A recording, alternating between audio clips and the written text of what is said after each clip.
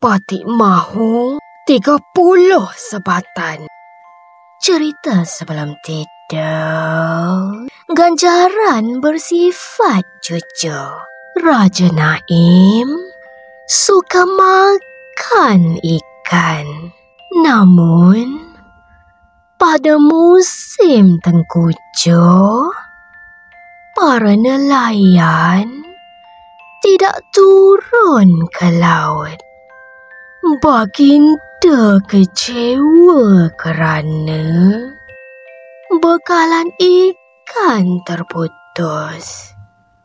Raja Naim pun mengumumkan bahawa sesiapa yang membawa ikan kepadanya akan menerima ganjaran.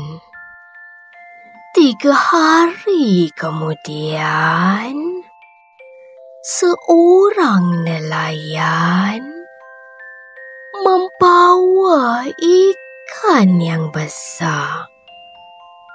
Apakah ganjaran yang kamu mahu? Tanya Raja Naim. Patik Mahu 30 sebatan. Jawab nelayan. Mengapa? Tanya Raja Naim. Ampun tuanku. Tadi penjaga pintu telah menahan Patik. Dia minta separuh daripada ganjaran.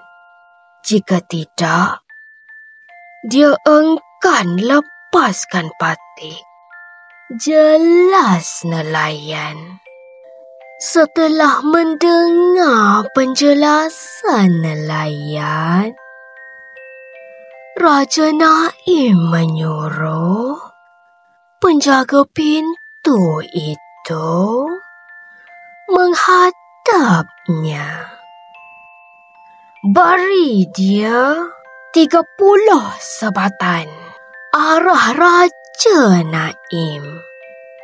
Kemudian Raja Naim pun memberi ganjaran terbaik kepada nelayan kerana kejujurannya. Bersikap jujur dan berani kerana benar.